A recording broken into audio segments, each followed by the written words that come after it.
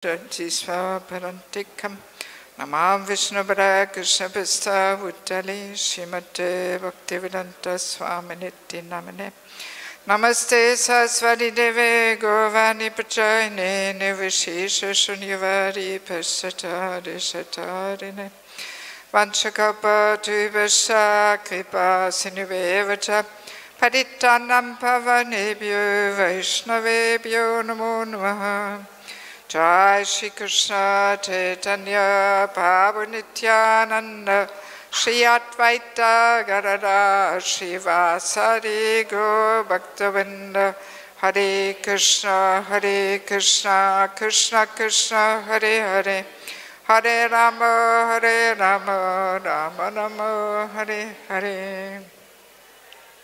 So welcome everybody to our second session on the false ego, our constant companion and troublemaker. So since we have a few people who were not here yesterday, let us just quickly remember what we discussed yesterday. We were basically establishing what the false ego is, that basically it makes us think to be something which we are not, and we are playing so many roles in life which we identify with, which we think this is me, because they give us some sense of importance, some sense of recognition. And that's why we get attached to the roles we play. We are identifying them with them. And yeah, it's very subtle that, these roles give us a subtle sense gratification. That's what it is. And that makes us attached, and that's how we identify with them. And we were discussing all different little details, but the main other point was 1858, that verse where Krishna gives us these two options to act, right? Either we act in consciousness of Him, then we can overcome all the obstacles of conditioned life, or if we don't work in that consciousness but act through false ego, not hearing Krishna, we will be lost. So, and we were elaborating on this verse, understanding, yes, there is two motivating forces, the ambitious false ego motivating force, I want to become this, that, the other thing, or the Vaishnav motivating force, all I want to do is serve Krishna and his devotees, because that is actually our constitutional position, to be servant. So, and we were establishing that if we just serve with heart and soul, Krishna in the heart witnesses this, and he will open the right doors at the right time for us to move forward.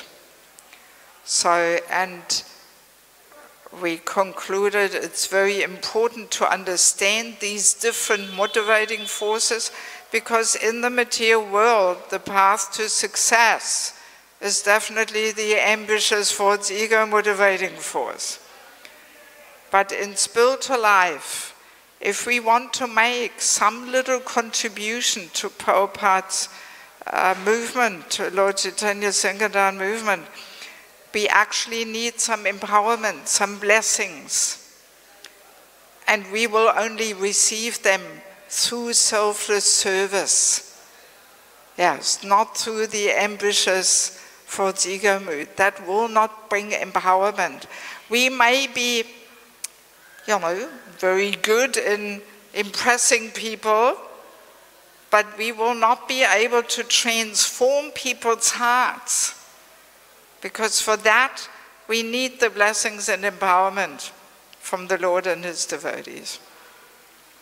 So one thing I want to add is that sometimes we may find ourselves in a situation where we have the feeling, I actually could do so much more, but somehow the opportunities are not coming up, right? Maybe some of you know the situation. You may almost get a little frustrated and think, God, you know, they're not letting me do things, and. So I once heard a very nice explanation. It means Krishna can see that we are not qualified to handle the success. Yes. In other words, if Krishna would give us the opportunity to do the service, we would get proud of our successes. And that's why he puts the handbrake on. He doesn't let us do it. Yes, very nice vision to have, you know. I remember this situation also from my personal life, you know, some 20 years ago. I also had the feeling, God, I could do so much more, but somehow the opportunities were not coming and something was stopping me. Somebody was putting the brakes on. And now looking back, I can definitely see why, you know, because I just needed more purification, and I still need more purification. And as we actually become genuinely purified and selfless and free from this false ego drive, then Krishna allows us to do things. Yes. So rather than getting very agitated, or if we own a woman's body, we may even think, oh, you know, because I'm a woman, they don't let me do things, and. But no, after all, Krishna is in control, right? No blade of grass is moving without Krishna being in control. So there must be a deeper reason why Krishna doesn't allow things to happen. Yes. Yeah, so that's a nice way of seeing things. That Krishna knows when is the right time for us to, you know, take on more responsibility.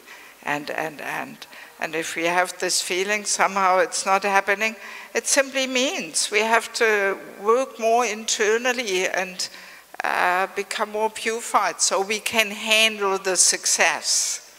We don't get carried away and puffed up, you know, because that can ruin completely our whole cultivation of bhakti, you know. This pride is very destructive, you know. Yes, so basically, let us understand the false ego is really what brings all these, you know, troubles and miseries and inner conflicts and tortures with us. It's the false ego. Yes. For example, whenever we have the situation that some certain topics go around and around in our mind, in circles, there's monologues or dialogues, right? When we can't put things aside and drop them, but it goes again and again in circles in our minds. You know that feeling? Yes? Or is it only me who knows it? Yes. So this is a sure sign that the false ego takes us for a ride. 100%. You know? Yes. Yes. It's actually interesting to observe that the false ego uses the mind and intelligence as tools. So very often, let's say in japa time, when our mind, we think our mind is out of control, you know, in japa time, actually once we understand the workings of the false ego, we realize it's the false ego pushing the mind, using the mind as a tool to get its gratification. So behind the uncontrolled mind is, as a rule, the false ego. So tomorrow morning when you chant your japa and your mind, takes you around and so many things, then you try and have a look a little deeper, and then you can see behind the mind is actually the false ego torturing us. And all kinds of events from the previous day come up, and they should have not treated you like this, and he said that, and I should have said this, and so it's the false ego behind it. And the false ego uses the mind and intelligence to get its gratification. Yes, that's how it works. I mean, as we know, gross body is made from earth, water, fire, air, ether, so very difficult to distinguish. Where's here the earth? Where's the water? You show me. Where's the water, the fire, the air, the ether? Hare Krishna. We cannot really separate the elements so easily in the gross body. It's all mixed. And a similar thing is there in the subtle body too. Mind, intelligence, false ego, they're so intertwined. They affect each other backwards and forwards. Hard to really clearly separate them, Yes. Of course, the most subtle part is the false ego, and that is the root cause for material existence, actually. Yesterday we were saying this nice example of the nonsensical stage performance, right? How every lifetime, Hare Krishna. How every lifetime is like a nonsensical stage performance where we are on the stage playing our game, really identifying with it all, and then at the moment of death, show is over, curtain is closing. So, yes, the false ego entangles us in this whole crazy circus and uses the mind and intelligence as tools.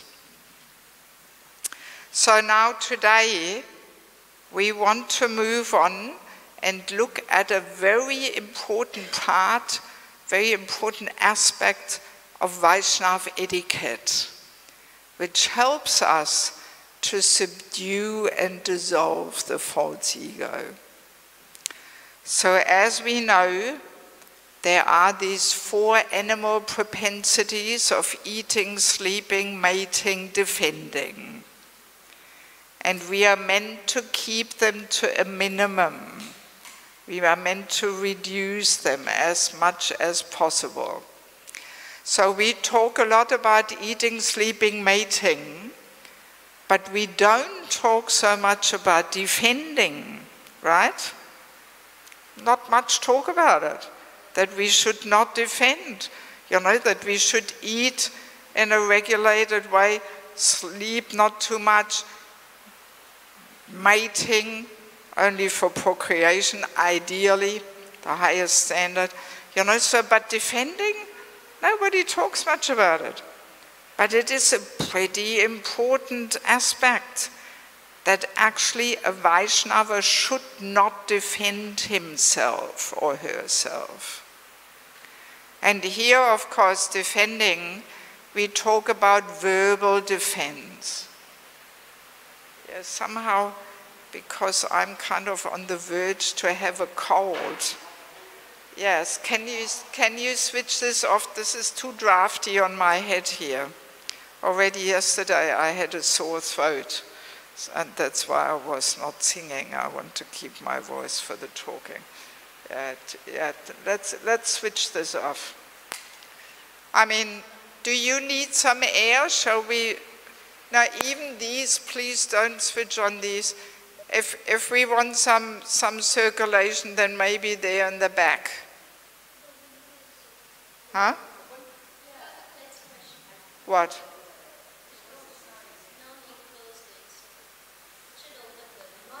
a little bit the window can be open. Before there was quite a bit of noise. Or the back fans that will still circulate a little bit the air. You put that row on. Same one where there's a center. You please put this fan and that fan on. That maybe it is enough air. Yeah, so let's go back to defending. So here we talk about the verbal defense, right? Often when we hear defending, we think of the physical defending. So of course, physical defending is allowed when the 6 aggressors attack, right? The 6 aggressors, what are they? One who gives poison, takes your land, kidnaps the wife, sets fire, attacking with weapon, and stealing one's property. So, if we attacked with one of these aggressors, then we are allowed to defend, you know? But that doesn't happen every day, right? No, it doesn't. But the subtle attacks onto our false ego, they happen every day. Yes. So, Vaishnava etiquette is that we are not meant to defend ourselves. We are meant to defend others when we see they are unfairly treated, right? We are meant to step up and we defend others, but we should not defend ourselves. Because what do we do when we defend ourselves? We defend our false ego, nothing else. Yes. Even when we defend another person, we can also do this with false ego, of course. But when it comes to defending ourselves, for sure there is the false ego involved, right? Yes, so this is the Vaishnava etiquette, and yet we usually don't follow this. Practically every day, Krishna throws some situations into our life, you know, and usually we do exactly the opposite of what we should be doing, you know. We defend ourselves immediately, but, it wasn't like this, and actually it's the other person's fault, and. So very common mechanisms of defending is to blame others, to point the finger at the others, to blame the situation, to find excuses, you know. Oh, we are so good at that. Especially in married life, this goes on, you know. Husband points the finger at the wife.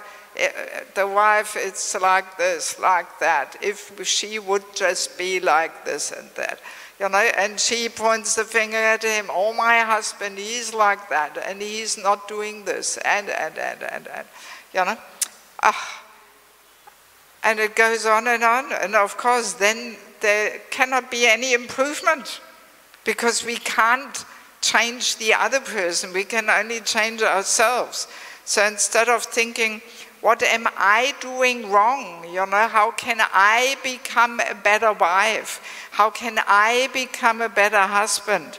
We just point the finger at the other person. You know? Yes. And like that, nothing is improving. Absolutely nothing.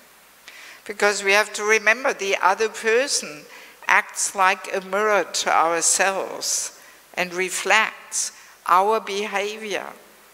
Yes, that's basic psychology.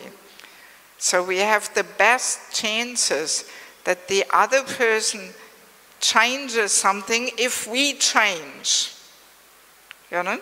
then we have a good chance that another person reacts differently. Yes. So, but this blaming is, oh my God, it's one of the most prominent mechanisms for defending. Yes. And it's interesting, if everybody would follow the Vaishnava etiquette of not defending oneself, but when we see somebody else unfairly treated, we step in, we say something, we defend that person. If everybody would follow this, then there would be no need to defend ourselves, right? Because surely somebody would step up and defend us. But usually we do exactly the opposite. We are very good at defending ourselves, but when we see somebody else unfairly treated, we look the other way. We say, oh no, I better don't get involved. It may ruin my relationships. I'm not going to say anything, you know? So we do exactly the opposite of what we should be doing. Yes. So that's the unfortunate situation, you know. Yeah, so this defending propensity is so strong, you know. I once was giving this seminar in Mayapur, and after this session, where we were discussing not to defend, afterwards I spoke to a young bhakta, and I can't even remember what the topic was, but I said something and he immediately defended, immediately. And I said to him, smilingly, Prabhu, remember, we just talked about it. Don't defend, don't defend. He couldn't even hear it. He just kept going, you know. My God, so strong. So that's the false ego, pushing the tongue. You can't even control it. It just blurts all out, you know. Yes, that's how powerful the false ego pushes the tongue to get that gratification that I am right, you know. Yes, so strong. Yeah, he just kept going, you know.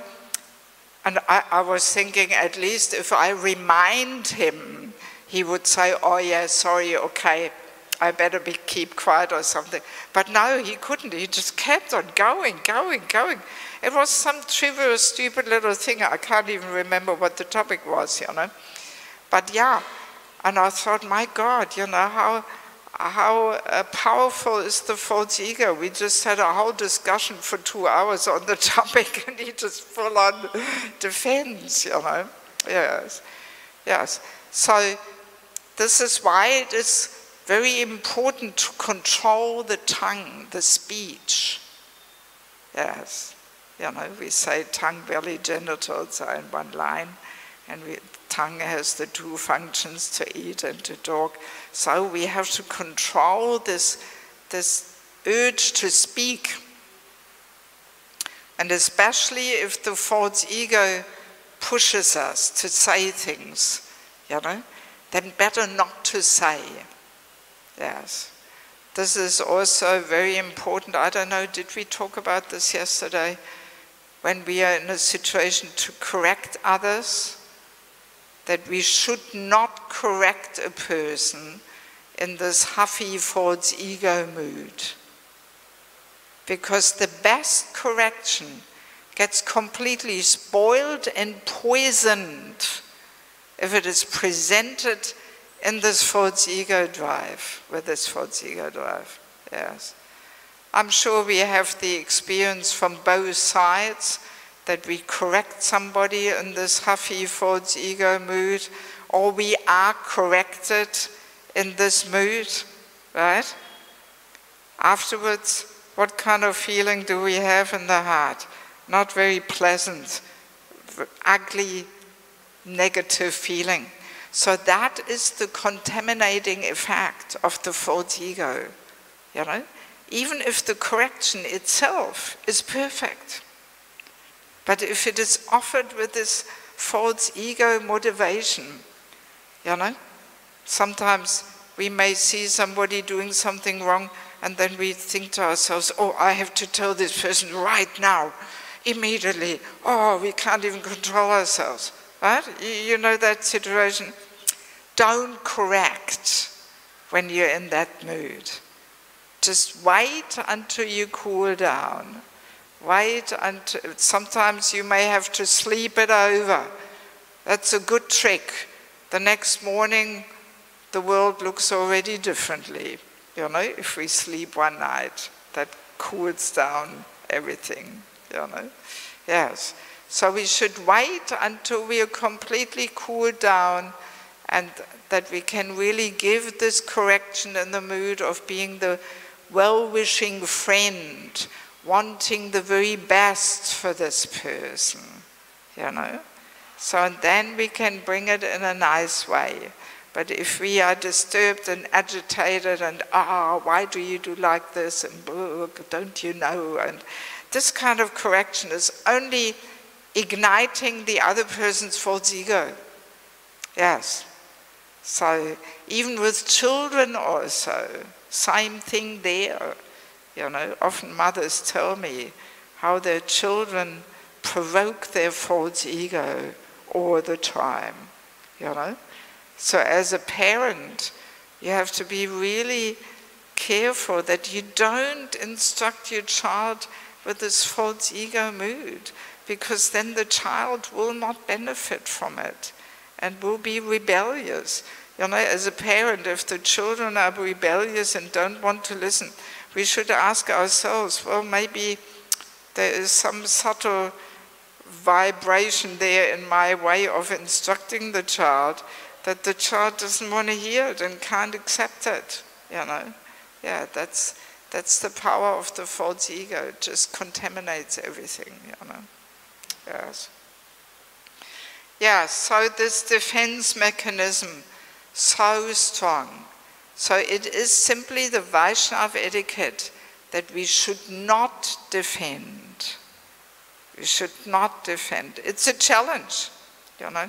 Actually, there is a nice statement in the Bhagavatam. I wrote it on a piece of paper here, where actually exactly that is expressed. This is in the purport of 1st Canto, 18th chapter, verse 48. There Prabhupada says, as such, devotees are never inclined to counteract personal defamation, curses, negligence, etc. As far as such things are concerned, in personal affairs, the devotees do not care for them. But in the case of their being performed against the Lord and his devotees, then the devotees take very strong action. So that's the Vaishnava mood. For myself, I don't mind, you know, to tolerate. But for others, if the Lord or Guru or other devotees are attacked, then we take action, then we defend. But for myself, it's all right, you know, yes. And that's a challenge. It's not easy because the false ego pushes for justice, crying out for justice and fairness. Oh, it's not fair, and they treated you like this, and you know, yes. So, and especially towards seniors, it is very inappropriate to defend ourselves. Yes. So let's imagine our Guru chastises us for something which we did not do. Right? So, what's the right way to respond? Please, everybody, switch off your mobile phone. Off. And if you want to talk on the phone, please go outside. So what would be the proper way of reacting if our Guru chastises us for something which we did not do? You tell me, what's the proper way of acting? Exactly. Very nice. yeah, the Vaishnav mood is, actually, I deserve so much more. So many times I've been a rascal and I didn't get chastised. So now, even though I didn't do it, but let me accept the chastisement just as an opportunity to let go of my false ego's demands. And I mean, that's a challenge, you know. Just imagine, Guru chastises you for something which you didn't even do. My God, the false ego would demand, you know, oh, you have to tell him that actually it wasn't you, actually Guru Maharaj, it was somebody else, and actually, no, but this, that, you know. And what is he thinking of you now? He thinks you're in Maya, but actually you didn't do it. You know, that's how the false ego would go on and on, whispering all this stuff in our ears, you know. Yes. So just to tolerate and accept it as an opportunity to dissolve the false ego. Ooh, that's a challenge, isn't it? Yes, yes. Because, yeah, don't we all want to look good in the eyes of the Guru, you know? And if the Guru thinks we've done something, but we haven't even done it, you know, then we are keen to let him know. But then again, if everybody follows the etiquette, then surely somebody else would step up and say, oh, by the way, Maharaj, that person didn't do it. It actually was a little different, and this is what happened, and, you know, so surely if it is something important, hopefully somebody would step up and say something. But as I was saying, very often we all do the opposite of what we should be doing, you know. If somebody else gets wrongly treated, we look away and we pretend we don't know, and no, we don't want to ruin our relationships and all this, you know. Yes. What is that? Ooh.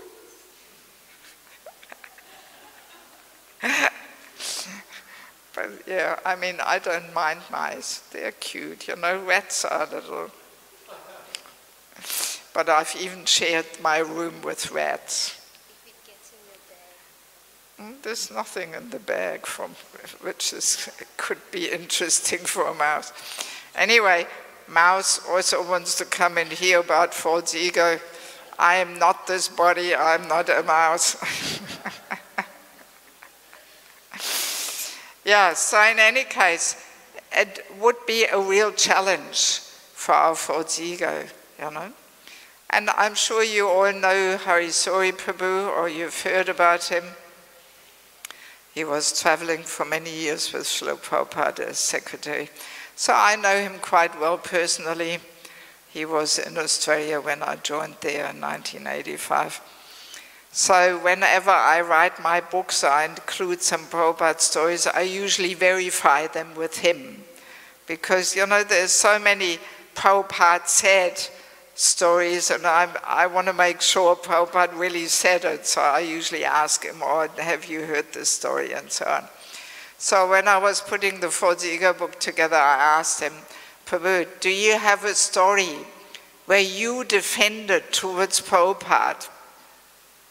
And he wrote me this nice story, which I included in the book. So the story goes like this. Prabhupada asked him one day, get the red folder from the Almirah, from the cupboard. So Harisori Prabhu went to the cupboard. Prabhupada, there is no red folder. Prabhupada repeated, give me the red folder. Harisori Prabhu, Prabhupada, I can't see a red folder. So Prabhupada repeats a third time, just give me the red folder. So then Harisori Prabhu says, oh, Prabhupada, I can only see a pink folder. You mean the pink folder? Prabhupada doesn't answer. So then Harisori Prabhu takes the folder which he thinks is pink and gives it to Prabhupada and says, Prabhupada, it's pink. And Prabhupada got so furious. Oh my God. He blasted him, you know. Yes, because I mean, that's really inappropriate, you know, towards your guru to say, Prabhupada, it's pink, it's not red. I am right, you are wrong, you know, my God, to your guru, you know, my God. So Prabhupada got so angry, you know, getting on his case. So you have become very expert in defending yourself towards your spiritual master, and he carried on for 10 minutes, smashing him, you know. And Harisori Prabhu shares how over the previous days his consciousness was not so good and he was getting a little carried away. So he was saying, oh, it felt really good to be put in his place by Prabhupada, you know, and it was good to be the mouse again there, you know. Yes. Yes, so, you know, these kind of responses towards your guru, no. And I mean, it is towards any senior person. So that includes the parents too. You know, yesterday evening in the Bhagavad Gita class, I was told the verse was about respect towards mother, father. Yeah, so we were touching upon it yesterday. Yes, parents are our elders, even if they're not devotees. And we have to treat them as our superiors, which means we should not answer back and argue, you know, and trying to defend and have the last word and all this, you know. Actually, my mother was extremely sensitive towards this. Whenever I was trying to do this, she didn't like it, you know. And it took me many years to understand that this is actually against the etiquette to treat our parents like this. You know, especially us coming from the Western world, we are not trained in these things. And then, you know, I was thinking, well, I'm a devotee, I'm a preacher, I have to tell my mother what's right, what's wrong. But no, you know, as superior, you're not meant to instruct and correct. Even advising, we have to be very careful, because if we advise, we take the superior position. Very careful. Yes, yes. It took me quite a while to understand this. And I'm pretty sure this is one reason why we often have very strained relationships with our parents, because actually we are the ones who don't follow the Vaishnava etiquette, you know. So yesterday we were reading this nice quote from Bhaktivinoda Thakur from Chaitanya Shikshamrita, where Bhaktivinoda Thakur says, if superiors give incorrect instruction, we should not follow it. But we should not counteract it with harsh words and being argumentative, but we should, you know, counteract it with humility and with gentle reasoning at the proper time. You know, that's how we are meant to deal with incorrect instruction from superiors, and not counteracting and arguing and all this, you know. And yeah, I mean, I hope I'm not getting into trouble saying this, but it's the same also towards the husband. In the Western world, we don't like to hear these things, but it's not me who says it, it's Prabhupada. In the Bhagavatam, he says, by his constitutional position, a husband wants to be in the superior position. And by her constitutional position, she is meant to be in a subordinate position. So that's the way Krishna arranged things, you know. So even, I mean, if we women want to have harmonious relationships in married life, we better learn this, not to, you know, not to answer back and argue and defend and all this, because again, it's against Vaishnava etiquette. Husband is meant to be treated as a superior, you know, yes. Which doesn't mean the wife cannot express her opinion or something, but we have to learn the tactic of saying things with sweet words, with humility, with gentle reasoning at the proper time, not at the improper time. Usually we have the harsh words at the improper time instead of the gentle reasoning at the proper time, you know? Yes. So it's a whole art and etiquette, you know, we have to follow. And it's good for us because we dissolve our false ego and learn to control our speech. And it's good because we will have harmonious relationships not only in the home but with men around us, you know. Yes. Yeah, so it's quite an important thing to understand, you know. And of course, yeah, in some parts of the world people just don't like to hear these things. But well, as a result, we have also so many broken marriages, you know. We have to face that fact too, you know. Yes. Yes. Yes, one thing I want to mention also before I open up for questions. As I mentioned, the false ego uses the mind and intelligence as tools.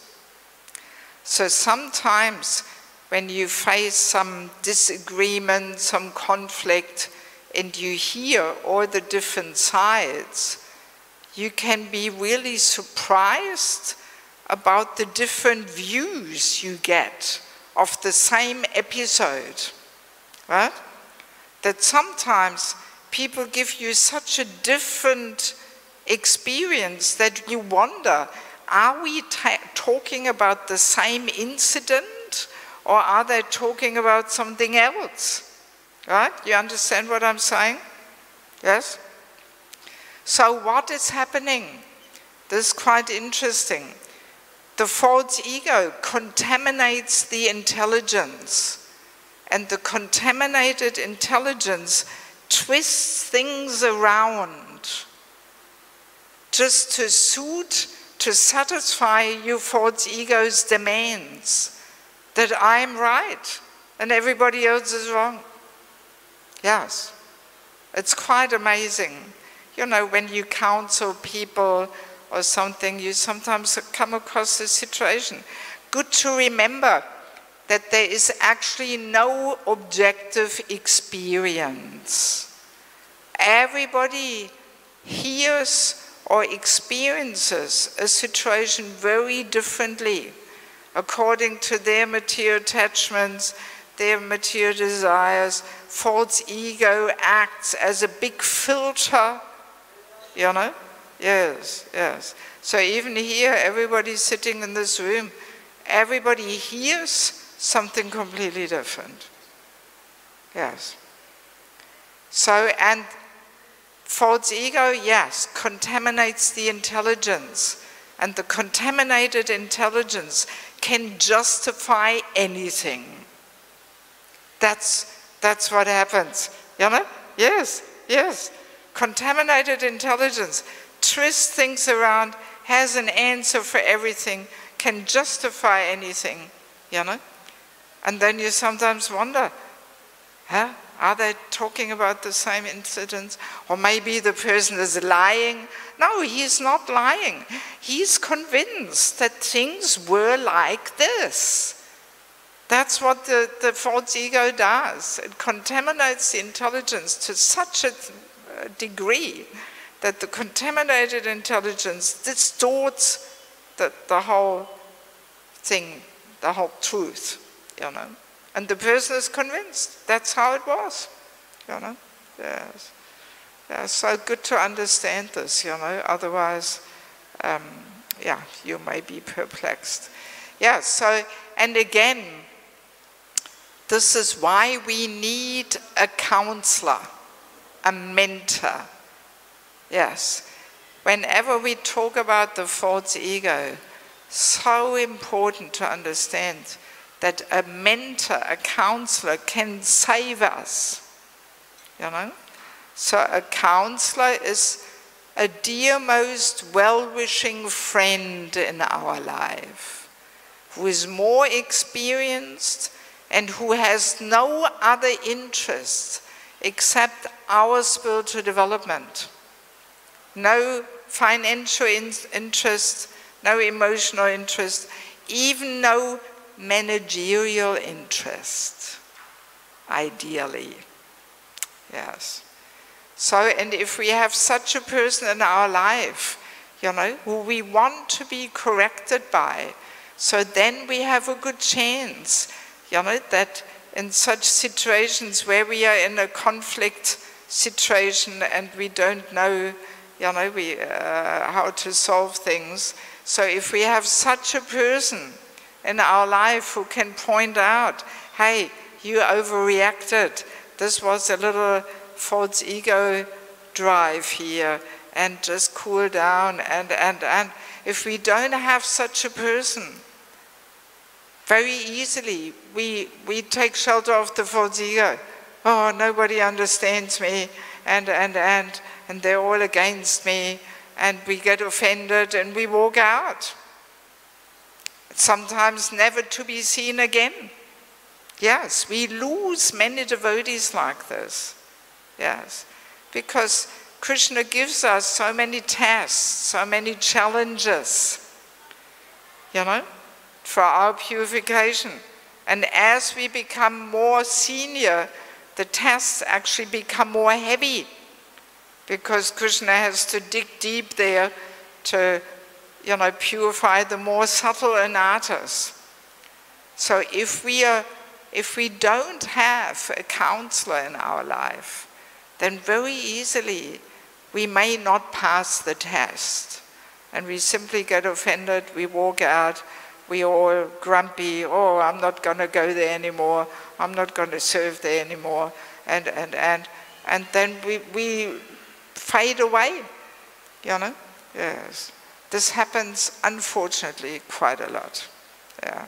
And it is very sad, devotees are rare, so we have to keep them. Also, one more thing, very often we can find this situation over internet, that somebody makes a statement about ourselves or a certain situation, and everybody hears it, reads it, and we think, well, I have to say something about this, otherwise everybody thinks it's true, right? So then we make our comment, trying to put things right. So what is the other person doing? Mixing things, making a weapon out of it, throwing it back at us. And then again, what to do? If I'm quiet, everybody thinks it's true, so I have to say something. So then again we say something, then somebody, the other side, twists it around, makes a weapon out of it, boom, shoots it back. Like that it goes on and on and on, this debating, So contaminating. Actually, in Bhaktivinoda Thakur's book, Bhaktiloka, there's a chapter on Prajalpa. I sometimes present that as a whole little topic, What falls all into the category of Prajalpa. Because we don't even realize how much of our daily talk falls into this category. So, and under Prajalpa there is listed debating. This is one form of Prajalpa. Most forms of Prajalpa are based on false ego and envy. You know, so this debating is just a whole false ego battle. Who is right, who is wrong? And this is very contaminating, because people's approach is not to find out the absolute truth. But no, it's just to get your point across. They don't even want to hear the other person. Just they want to get their point across. And this whole false ego battle, so agitating and irritating and leads to anger and so much negativity building up. Devotees should not take part in this, because it is so contaminating. Yes, we have this whole ugly feeling again in the heart, you know. So better to pull out, Hare Krishna, all glories to Srila Prabhupada, boom, finished. Let people say what they want to say. No need to comment, because there's no end to it, no end, you know. Yes. We had this experience, at least in Europe, during COVID, that there was all these debates about vaccination, you know. Vaccination, yes, no. Oh my God. In some communities, it split the whole community in two camps, pro-vaccination and against vaccination, you know. Yes. And actually Prabhupada made this statement, Prajalpa, it will destroy this movement.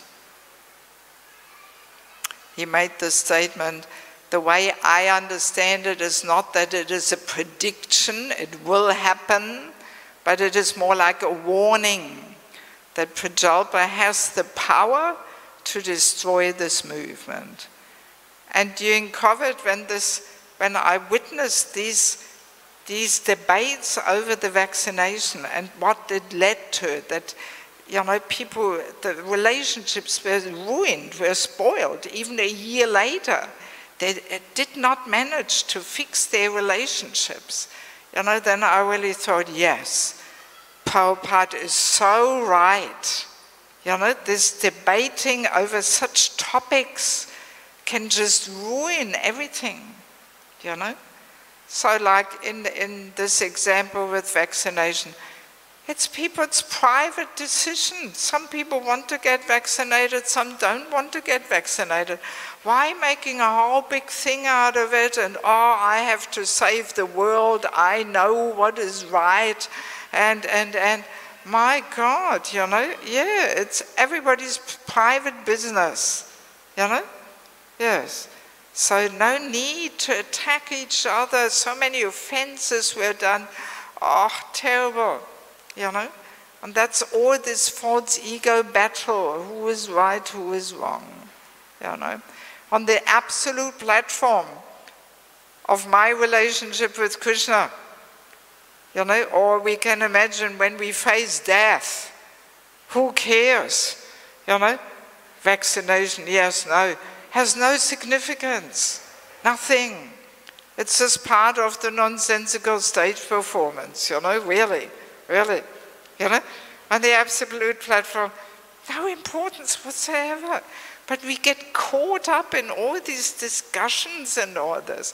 Similar thing, unfortunately, is happening with this war in Ukraine between the Russian and Ukrainian devotees, you know.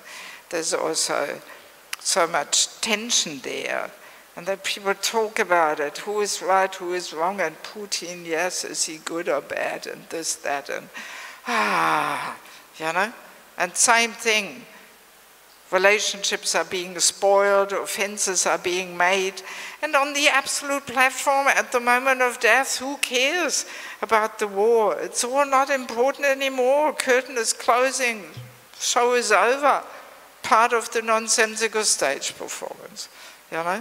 Yeah, so we should not indulge in these kind of debates, you know, because they're very destructive and it's simply false ego battle, you know, yes.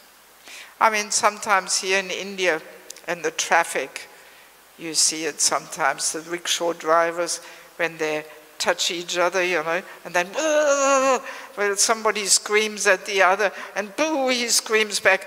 I've been in a situation where they both jump out of their rickshaw and they beat each other up in the middle of the street, you know, and then the policeman comes with a stick and just separates them, you know. My God, completely false ego, you know, yes, my God. You know, all these arguments and who is right, who is wrong, you know. Okay, so let me see. I do have a few more things I want to share, but let me see if we have any questions so far about not defending, answering back, and. Yes. Where is our mic? Can you switch it on? Do you know how to switch it on? Hare Krishna. Really we are getting so much of benefit from your class right now. And yes, this is a very important topic you are discussing. Sometimes the situation happens in our day-to-day life. If we are not in a place where only the devotees Speak in the mic. Sometime in our day-to-day life, if we are not in a congregation or not in a devotees association, in our material work that we have to do, situation comes that we have to go for this kind of argument. And mostly the media people, they pull us to a conflict. Now we have to give an answer at that time. So whether we should stop at that moment, we will not give any answer, or we will give our answer. You mean media people, you were saying? Or did I hear you correctly? You were saying media people are asking us, or what people? Media people, media. Media. Media. So from... They invite us for kind of debate. Okay. So we will avoid that, or we will be in that debate, and some particular questions they will ask. If you give answer this way or that way, there will be a big confusion, and that comes to the media, and so much of differences comes. Yes, good question. Well, if we take part in such debates, we have to be beyond the false ego platform. You know? Like Prabhupada, he was often challenged, you know, by reporters, especially with his man-woman equality, and Prabhupada, there's so many nice descriptions how Prabhupada was challenged by reporters. But because he was truly beyond the false ego platform, you know, he could expertly counteract, you know, all these challenges and put things right and give the best answer. Prabhupada was never lost for words. He always knew perfectly how to, you know, make things clear. So we have to be careful, you know, it requires quite some spiritual maturity that we are not on the false ego platform. Because people will feel this, you know, people will feel this. And if we act on the false ego platform, it will only agitate them and ignite their false ego, and the whole experience will be very unpleasant, you know, and the whole atmosphere will be contaminated. So we have to be very cool-headed and, you know, and just in a calm, non-false ego way, we have to give the right answers, not allowing us to be drawn on the false ego platform. I mean, sometimes this can even happen in classes, you know, that somebody is in the audience who is in a challenging mood, you know.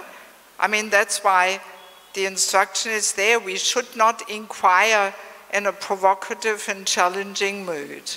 We should inquire in a humble and submissive mood. You know, but sometimes you have somebody in the audience who is in a provocative and challenging mood. And if the speaker is not cool-headed, then his false ego gets also ignited, and he answers back in a false ego mood. And the whole atmosphere is spoiled and contaminated. You know, I have witnessed such situations, you know. The whole atmosphere changes and is completely contaminated, and yes. So, yeah, we have to be mindful, you know, that this mouse is lost here, running around. Yeah, so we have to be mindful that we cannot get caught on the false ego platform. We should defend Krishna and Prabhupada, but without defending our false ego. You know? So that maturity has to be there. Otherwise, everything is spoiled. And people will notice. They can feel the subtleties. You know? Yes. Okay, what else? Thank you.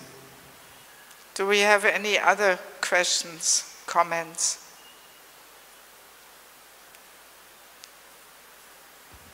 Hare Krishna. Thank you very much, Mataji. Very, very helpful. Just that you were mentioning how, just like the gross body, there's a mix of elements. Yes. Similarly, subtle body, ego, mind, they're all mixed up. And also you were mentioning how behind the mind is actually the false ego. Very often. Very often. Using it as a tool, yeah. So, just my understanding of hearing the lectures, reading Prabhupada books is, somehow I have been coming across more for this concept of mind, the daily problems which we face in relationships. My mind is bothering me, So I thought, could this seminar also be called as Mind, our constant companion and troublemaker? Although now we understand deeper behind the mind is ego from your seminar, but I thought, you know, as they are all mixed up, so when you say it's my mind is troubling me, it's your mind, so it's your ego, my ego. Is it like this, right? Well, I mean, according to my understanding, the false ego is the root cause. Root cause, yeah. Yes. So let's go to the root, you know?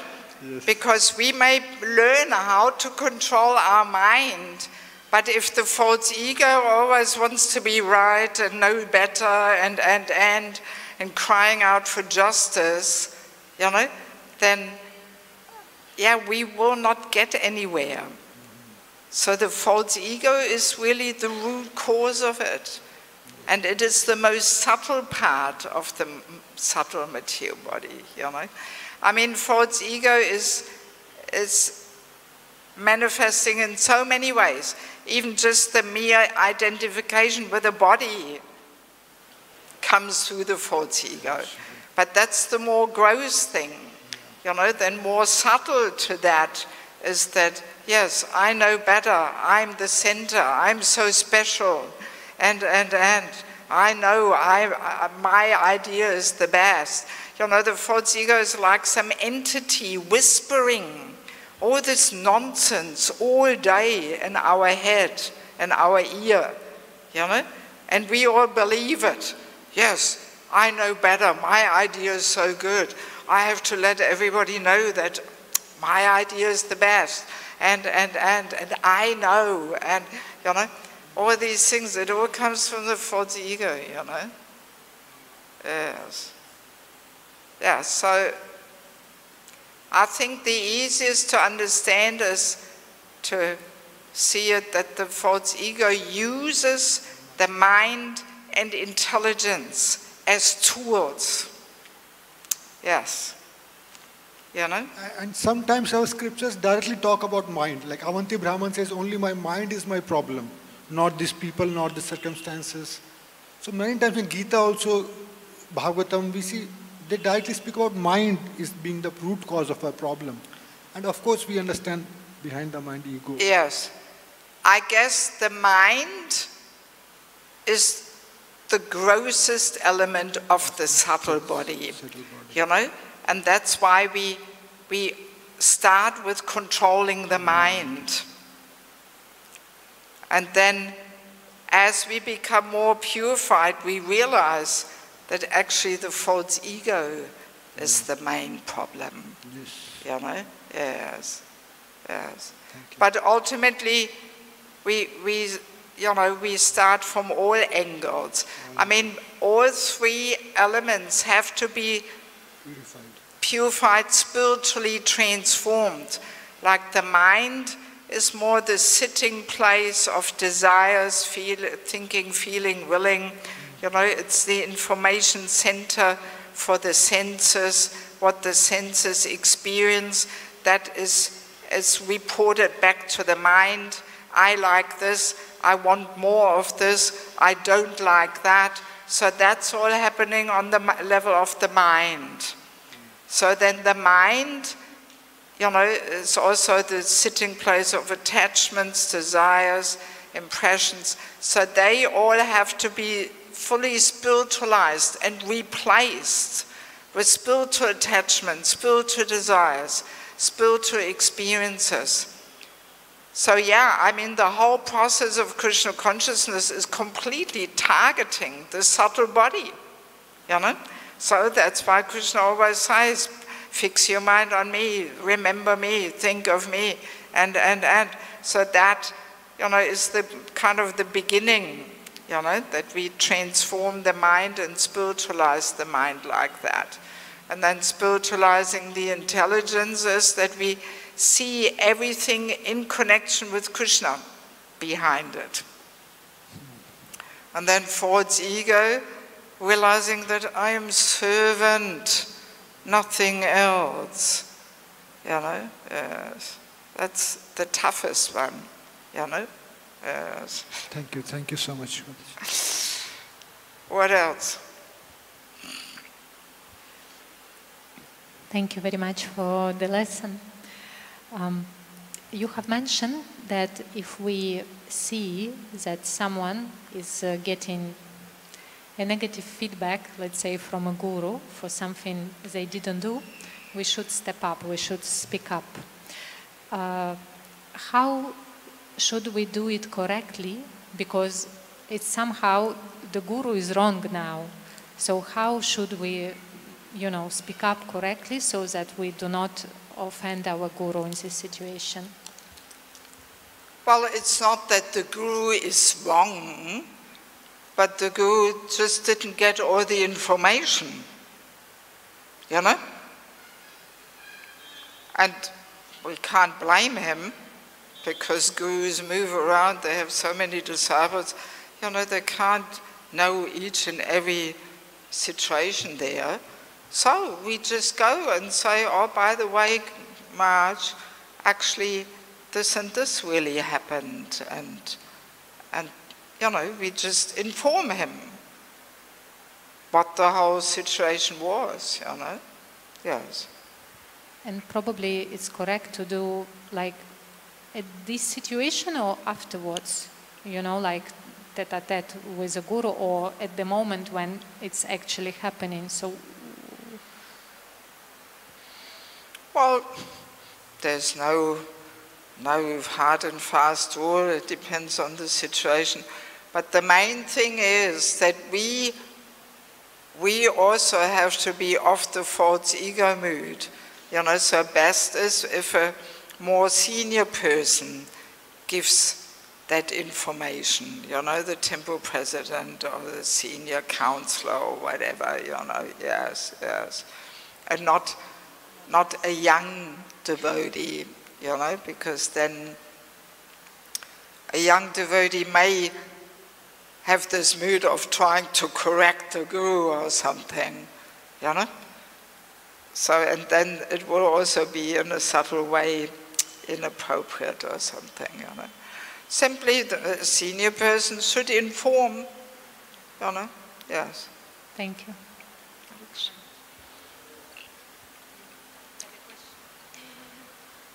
Hare Krishna, Mataji. Mataji, so like this defending thing, so is it that every time, anytime we cannot defend, like verbally, like anyone, sometimes people can really take us wrong, means for big situations also. And they, if we don't defend and there might not be anyone else to defend us, then is it not that they might go and spread that thing to 10 more people like that?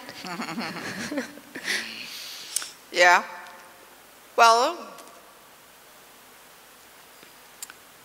we could go, see, there is a difference between defending, like when we are, for example, when we are asked, so what's your side of the story?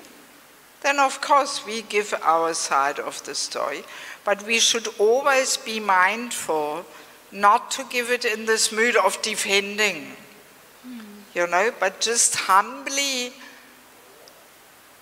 you know, from our point of view, share how we experience the situation in a humble mood. This was my experience, you know, and not in a defensive, huffy mood there, you know. So, and let's say something happened and we don't want to defend. So again, if we have a counselor, we can go to the counselor and we reveal our heart. Or let's say Guru chastises us for something which we didn't do, and it's just hard for us to digest, you know, and just keep quiet. So that's why we have a counselor. Then we go to our counselor, we share our heart. There's a difference between defending and sharing our heart with a counselor. And he should be more qualified so that he can correct us, or she, you know. No use to share your heart with a junior person or even with an equal. You know, the equal person may also say, yes, I know how you feel, I feel the same, I also had that experience, and.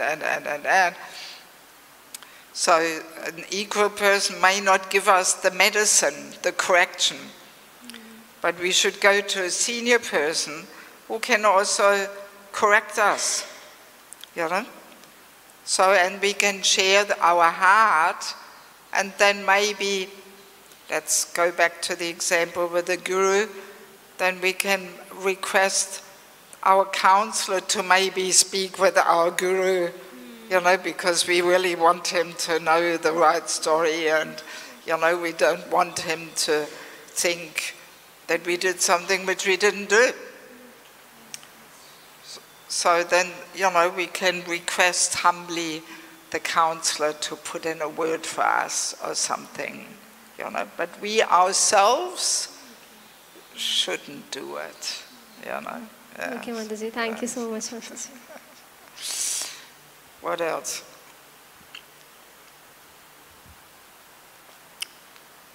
Come on. Somebody.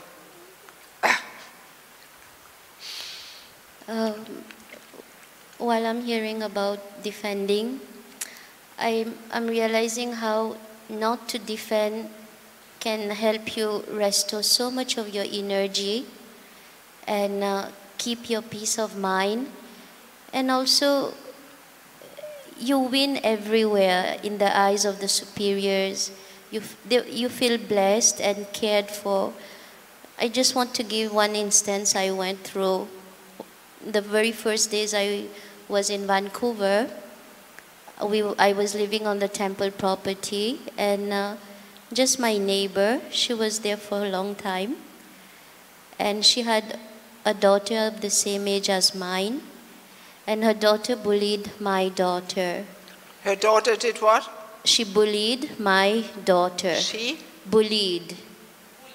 Bullied. Yeah. Okay. So all I try to do is tell the parent, look, I need to protect my child, please look after your daughter. But she was so, I don't know what happened to her. She didn't try to stop her daughter. Instead, so I had to protect my daughter. And while I'm keeping my daughter away from her daughter, she accused me of abusing her child. And in North America, it's a big thing. And all what I did, I couldn't handle that. I just told the GBC, look, this is what I'm going through. Please take care of this matter. But before they could take real action against her and find the truth, I had to go through difficulties. Like, she was so adamant, and my service was taken one after another. And I just didn't defend my service, or I have to move out of the property. I just remained humble. And at the end of the day, everybody came to know who she is.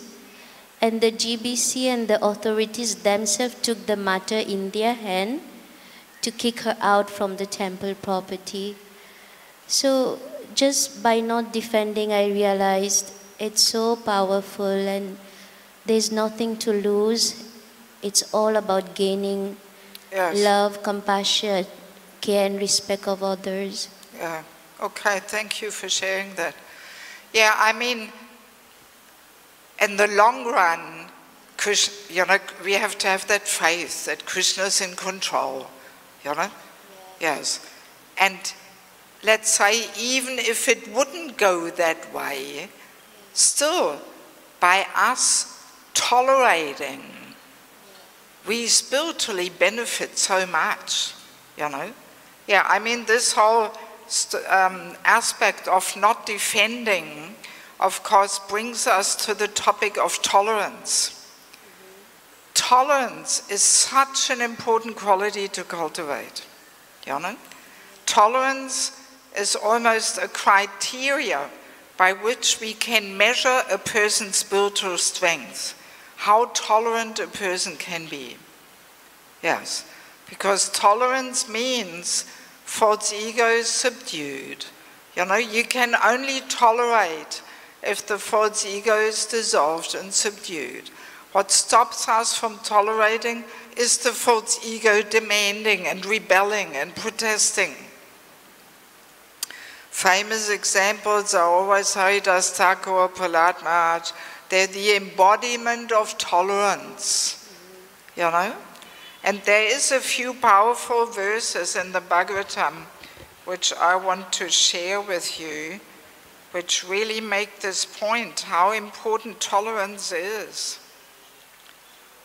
There is this one statement, actually this is the verse to the purport which we read, where Prabhupada says, in personal matters, devotee doesn't mind, but if somebody else gets attacked, devotee steps up. So this is the verse 1:1848. There the verse says, the devotees of the Lord are so forbearing, meaning tolerant, that even though they are defamed, cheated, cursed, disturbed, neglected, or even killed, they are never inclined to avenge themselves. So avenge, to take revenge, is another mechanism to defend, that we want to do something bad back to that person, we take revenge. This is a defense mechanism. So that's the mood of a Vaishnava, So even if we are defamed, meaning all our reputation and fame is all destroyed, because even that, at the moment of death, is this important? No, not. On the absolute platform of my relationship with Krishna, whether we are famous or infamous has no significance. It's all part of the crazy circus, nonsensical stage performance. This whole fame thing and, oh, I lose my reputation and, oh, what is everybody thinking? This is all connected with the false ego, But we are so attached to that. What everybody thinks of us, our reputation, Yeah, so even if we are defamed cheated, cursed, disturbed, neglected, or even killed. Even though we were saying 6 aggressors, somebody attacking with a sharp weapon, we are allowed to defend. But yeah, even a higher level of tolerance is to even not defend there, you know. And again, Haridas Thakur, Prahlad Maharaj, you know, they are the examples, you know. Yes. So very, very powerful. And then there's another nice definition of tolerance. That's 11th canto, 19th chapter, verse 36 to 39. There in the purport it says, tolerance means to patiently endure unhappiness, such as that provoked by the insults or negligence of others. So in other words, what's most provocative to the false ego is when we get insulted or neglected. You know, that's very painful. I mean, it's almost like a physical pain we experience in the heart, you know, yes. But it's actually the false ego which is in pain, you know, yes. Yeah, so these are all pretty powerful statements, you know, that describe how glorious it is to tolerate. You know, it doesn't matter what happens. You know, so in your situation we can say, all right, you were the winner in the whole situation because she was kicked out of the property and all this. But even if you had not been the winner, you know, even then, to tolerate is the more glorious approach. And of course, with mundane eyes, to tolerate means weakness, right? Again, what is success in material life becomes the lowest in spiritual life. What success in spiritual life is a weakness and being a loser with mundane vision. So for materialists, it is victory to defend, to stand up for yourself, to fight back. That's strength, right? Yes, but from a spiritual point of view, it's weakness. There the strength is to tolerate. And yeah, sometimes we devotees also get a little mixed up, you know, and sometimes you hear these statements, I'm not going to tolerate that, forget it. Who do they think I am? Or who does he think I am? I'm going to walk out, I get divorced, I don't tolerate that, you know. And we think this is, you know, a sign of strength. But no, you know, in spiritual terms is losing it. Yes. Because all these provocative situations, if we can just let them go by, we are the winner. At the latest, at the moment of death, when our false ego is dissolved and we sneak back home, back to Godhead through the back door. So yes, so we have to learn to see things with spiritual vision, you know. So sometimes, of course, people say, well, but how much can you tolerate? Or people say, well, when I tolerate, all this negativity builds up in me, and I get all irritated and agitated and angry, and I explode, and all these kind of things. So let us understand what is tolerance and what is simply only suppressing certain feelings. So if we have this experience that, you know, things build up inside, then we are only suppressing. That's not tolerating. Suppressing means we just try and push down, you know, the whole topic, but internally the ego is still rebelling. And the whole ego battle is still internally continuing. That the false ego still makes its demands. Oh, that's not fair. Oh, they shouldn't have treated you like that. Oh. You know, it's still going on. So that's not tolerance. Let's be clear on that. That's simply suppressing, putting the cork on the bottle, you know, but inside the bottle it's still all bubbling and boo, and then the whole thing is exploding, you know. Yeah, so that's not what we call tolerance. Tolerance means to see Krishna's hand in the picture, to have this mood you were mentioning. Actually, I deserve so much more than this, so much worse. But Krishna is so kind, he only gives me one drop of what I really deserve. If we have this mood, then the false ego will get dissolved. You know, when we ask ourselves, what is Krishna trying to teach me here? There must be some reason why Krishna puts me in this situation. Maybe I was so nasty to this person in my previous life or earlier in this life, and now I'm getting it back. Or Krishna is trying to teach me something here. So as soon as we can connect our situation with Krishna in the picture, you know, seeing it as Krishna's arrangement, he must have some reasons. Not a blade of grass is moving without Krishna being in control. So surely there must be some reason why he puts me through this whole thing. You know? So if we can see Krishna's hand in the picture, then we are cultivating tolerance. Yes.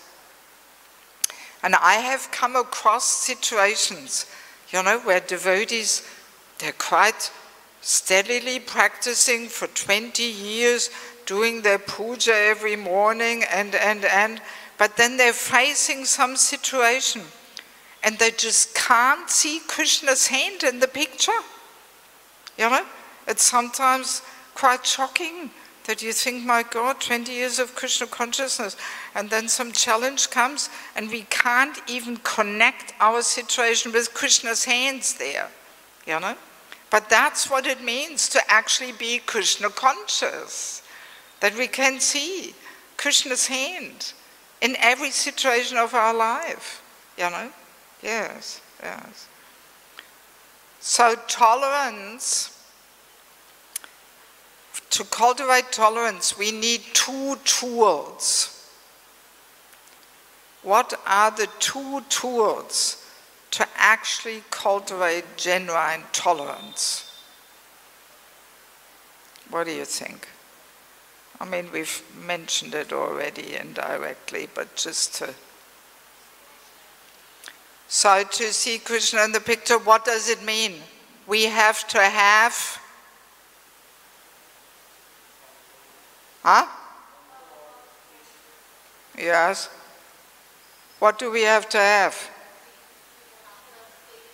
We have to be humble, that's the first tool. Humility, you know. Without humility, we will always get agitated and think we are right. And so humility is the first tool, and faith in Krishna, exactly. Exactly. We have to have faith in Krishna. Without faith in Krishna, we will lose it, you know. Krishna will give us some challenge, some test. And if we don't have faith in Krishna, that's when we can't see Krishna's hand in the picture. It requires faith. Yes. So faith is one of the most important things to have. Bhaktivinoda Thakur says, faith is like the currency with which we purchase Krishna if we have unflinching faith. Yes, yes. So, and even guiding devotees, training devotees, it's actually all about protecting and nourishing a devotee's faith. Because if we have unflinching faith, we can overcome any calamity, right? It's even the essence of devotee care, is to protect and nourish a devotee's faith in Krishna and the process of devotional life. We can be so caring in so many ways, but sooner or later a test comes, and if that faith is not there, the person will walk out. No matter how much care, emotional care, material care we may have been giving, but if that care of protecting and nourishing a devotee's faith is not given, devotee will leave. You know? Yes, yes. Yes, so important to understand, true tolerance is not just suppressing the whole issue, but to actually, you know, dissolve the false ego by seeing Krishna's hand in the picture, having faith in Krishna. There must be some reason why he's giving me this whole situation. And humility. I deserve so much worse. That's where the humility comes, you know. If a person is humble, then we have that attitude. I deserve so much worse, but Krishna is just so kind and gives me only one drop, you know.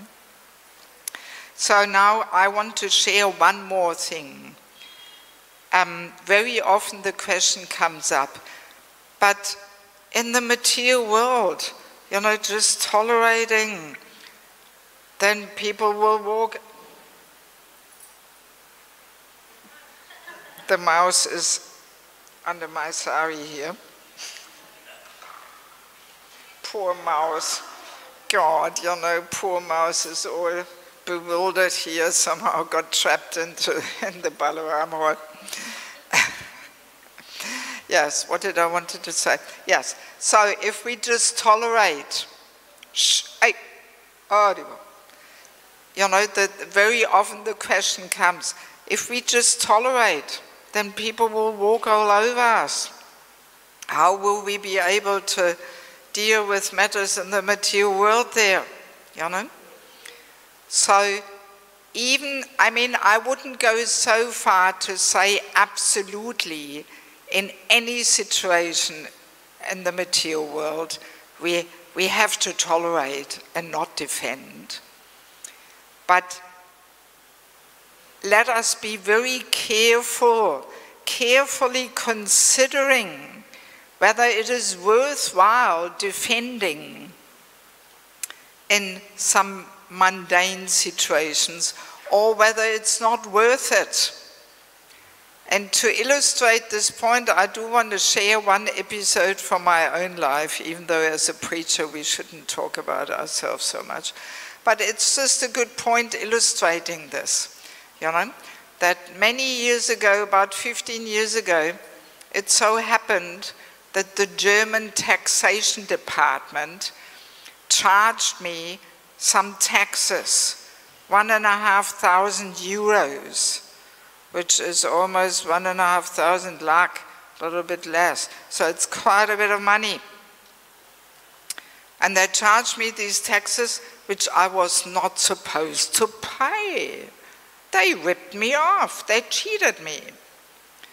And I had 3 months to, you know, complain, but because I was traveling, I missed the 3 months period. Somebody else had accepted the letter on my behalf. They did open it and they did say something, but they didn't say everything, and I didn't understand that it was a pretty serious thing where I should respond. So by the time I got this letter, the 3 months were over. And of course, I was furious. My false ego was on the ceiling, you know. How can they cheat me like this? What is this? Ridiculous. And. So I immediately rang them, and I got into an argument with this lady there on the phone, you know, and she just said, well, you missed the 3 months period, you can take the matter to court, blah, blah, blah, blah, blah, you know.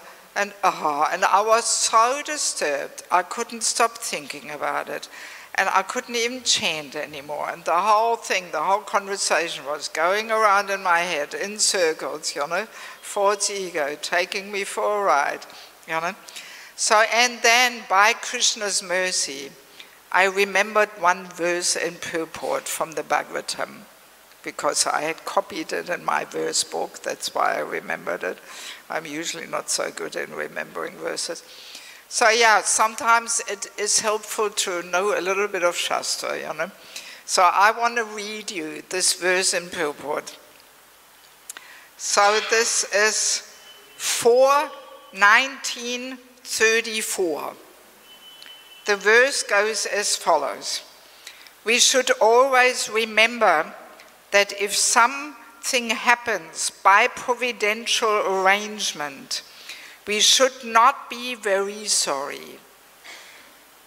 The more we try to rectify such reversals, the more we enter into the darkest region of materialistic thought. So now comes Prabhupada's purport. Sometimes the saintly or very religious person also has to meet with reversals in life. Such incidents should be taken as providential, meaning Krishna's arrangement. Although there may be sufficient cause for being unhappy, one should avoid counteracting such reversals. For the more we become implicated in rectifying such reversals, the more we enter into the darkest regions of material anxiety. Well, I surely could experience this. Lord Krishna has also advised us in this connection. One should tolerate things instead of becoming agitated. So I remembered this verse in purport. And I was saying, okay, Krishna's arrangement, let me just pay it. Rather than taking the whole matter to court, my God, you know, and who knows whether I would win it, and my whole bhajan would be completely gone, you know, and I would just be absorbed in the darkest region of materialistic anxiety, you know. So I simply thought, okay, I haven't paid much tax in this life. Maybe I still owe them something. Let them have it. You know, at the moment of death, who cares whether I paid 1,500 euros or not? Is it important at that moment of death? No, it's not. Part of the nonsensical stage performance. Curtain closes, finished. You know, so that's what I did. I just paid the 1,500 euros. Let them have it. You know, but for a few days, my false ego was still protesting. You know, it took me 2-3 days to really let go of it. You know, that false ego was still saying, oh, they're cheating you, they're ripping you off. Krishna's Lakshmi, you could have used it in some other ways. And, you know, it was still boiling up there, you know. But then after 2-3 days, the whole story was finished and gone, you know. So yeah, I find this a good incident to share, to make this point that even in material dealings, we have to be very mindful. Again, counselor. We have to take guidance from somebody who is aloof to the whole situation, you know, who is not caught up with a false ego protesting and all that, but who can give aloof advice. Is it worthwhile fighting, or is it better just to let it go and, you know, forget about it, you know, and move on, you know, yeah. Even in material dealings, you know, we have to be very careful, otherwise we can just ruin our whole spiritual life, and we just get caught up in all kinds of court cases and this and that and battling and just wanting to be right and, you know, not worth it. Very often, not worth it, you know. So let me see, do we have any questions? Hare Krishna. Mataji, this is very much related to the previous discussion about tolerance. We have to tolerate Vaishnava quality, very, very important. Tolerate. I have this one very deep question since many years. We also hear a lot about Varnashrama in ISKCON, Swabhav, Swadharma, different devotees have different natures. Dhruva Maharaj, you were talking about Prahlad Maharaj so much tolerating. Dhruva Maharaj had darshan of the Lord and still he got so much angry. He couldn't stop, killing the yakshas. So when we talk of this, tolerance, I think some devotees are more like Kshatriyas. So they'll get into, depression hearing these Bhagavatam verses. Whatever happens, you just tolerate. Then why do we talk about Swadharma, Swabhav? Well, I mean, we can say Varnashram is only important until we have actually taste for hearing and chanting, So maybe this discussion is more targeting at that level that to aspire for, because, Varnashram is meant to bring us to the point of bhakti, And Prabhupada, in the very end of his life, that famous Valentine's, Yes. 77 is saying, okay, in the beginning I said pure bhakti, but I can see we are not up to that pure bhakti. So practice Varnashrama. Why so many fall downs then? Yes. Yeah, no, it's true. And I mean, it is a fact that a Kshatriya person, there is a strong false ego there, But then also, Kshatriyas always had a Chanakya Pandit, an aloof Brahminical advisor, a mentor, a counselor, and they were taking guidance, So, yes.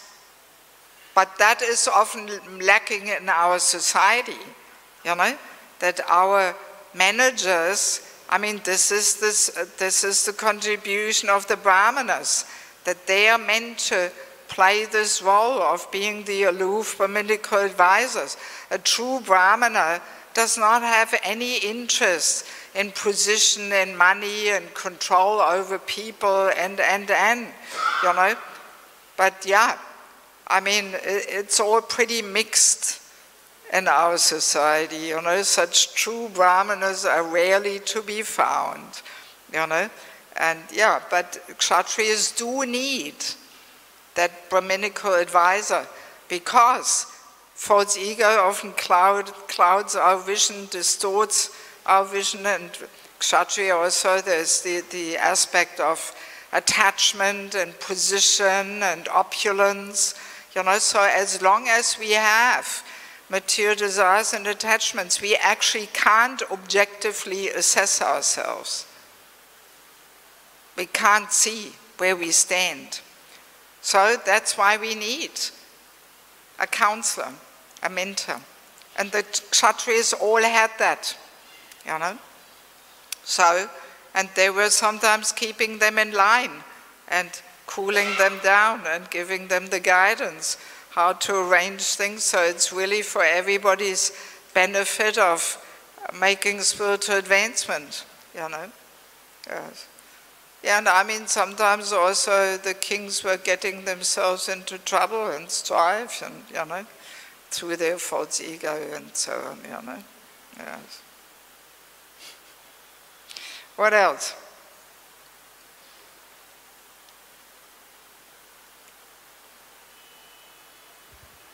I would like to ask about tolerance.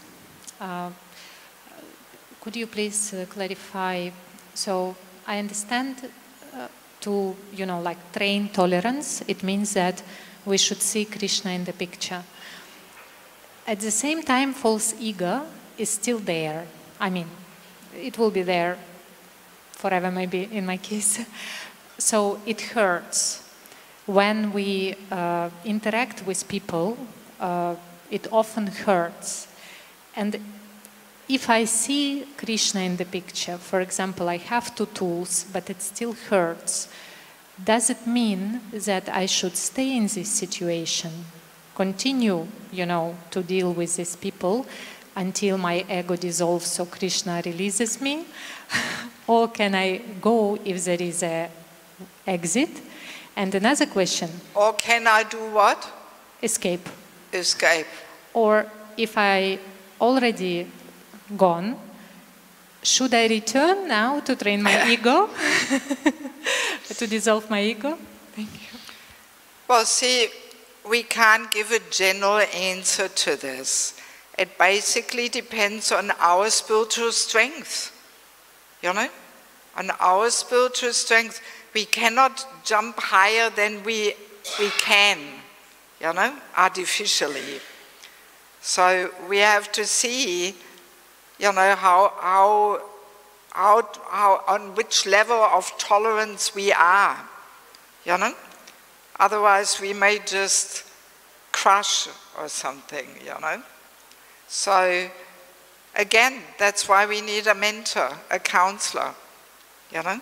And the counselor can give us the guidance and can help us to see things, can help us to digest things, can encourage us and to see it with more spiritual vision and so on, you know.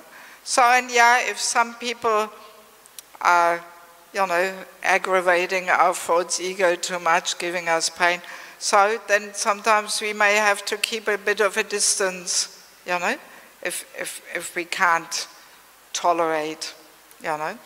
But in any case, it's good to hear, you know. First step is always hearing about the topic and hearing how the false ego affects us and what is the ideal to strive for, and then there is a path to get there, you know. Yes. So it's a gradual process. We can't just from one day to the other try to be Haridas Thakur or Prahlad Maharaj. You know, yeah, it has to naturally grow. We have to naturally build up that spiritual strength and maturity and purity of heart to be able to tolerate. But actually see what happens. Let's take the example of Prahlad Maharaj or Haridas Thakur. They, in their external suffering, they were fully taking shelter of their relationship with Krishna. So it depends how much our relationship with Krishna is actually reality in our life, you know?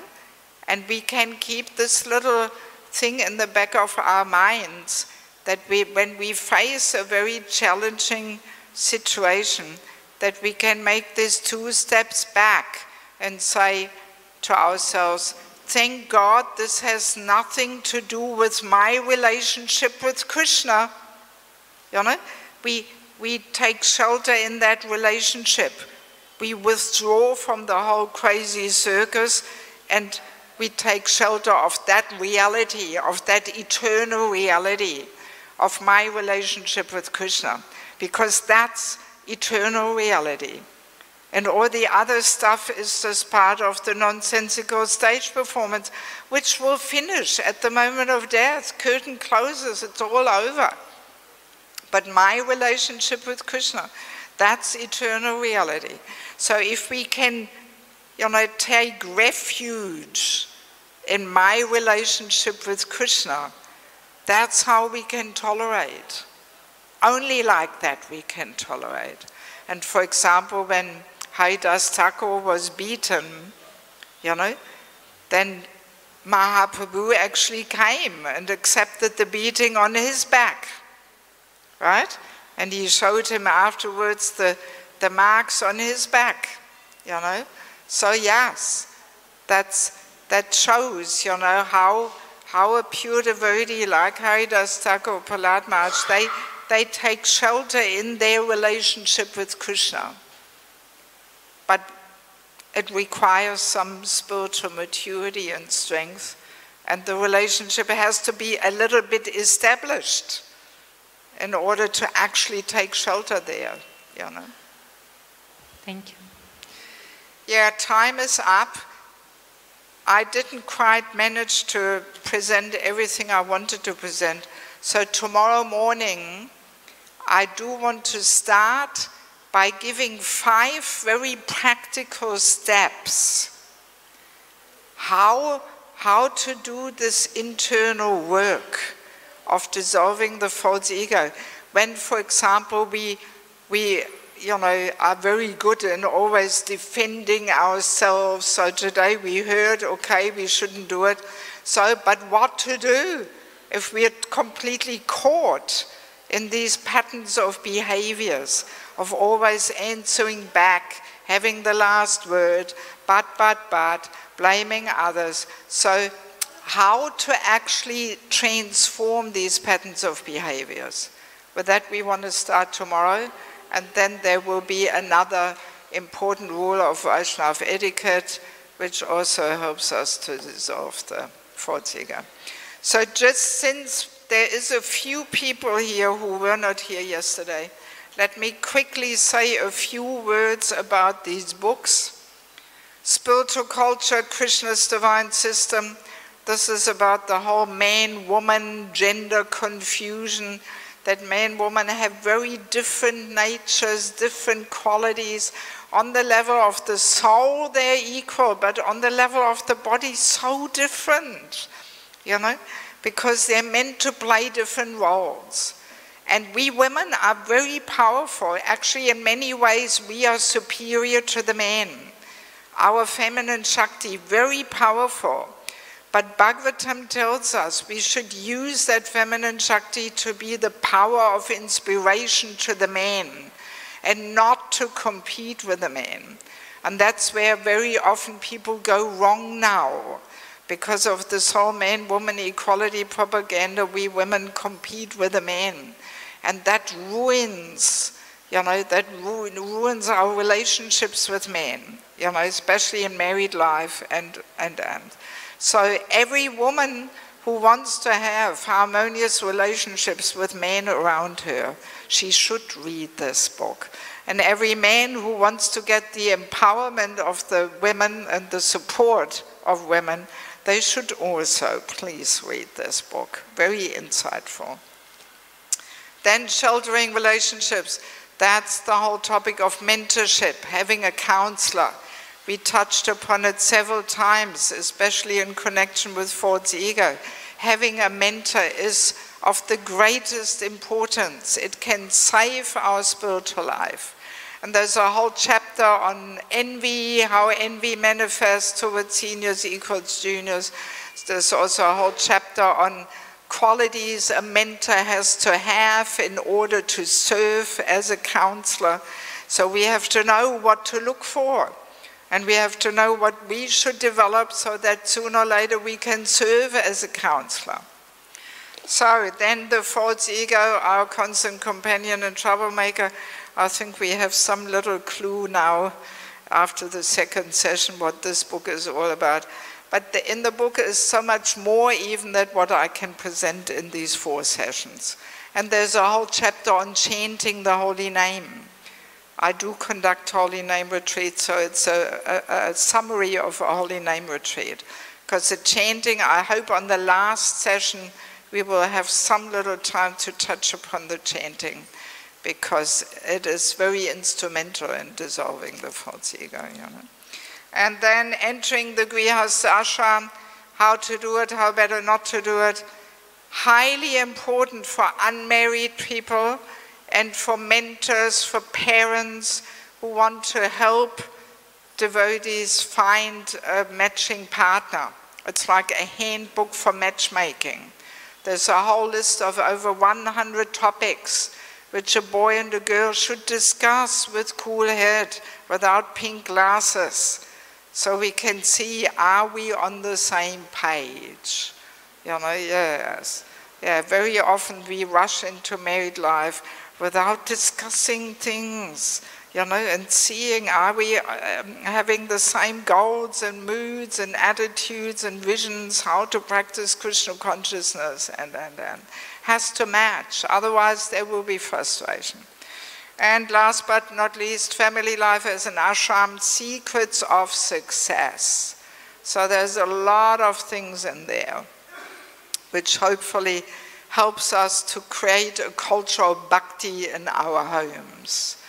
You know, because if the culture of bhakti is not there, then the children will not naturally take to Krishna consciousness if it's just dry rules and regulations and so on. Will not be attractive. And also there's a whole chapter on physical intimacy in married life, how to apply the no illicit sex life principle in marriage.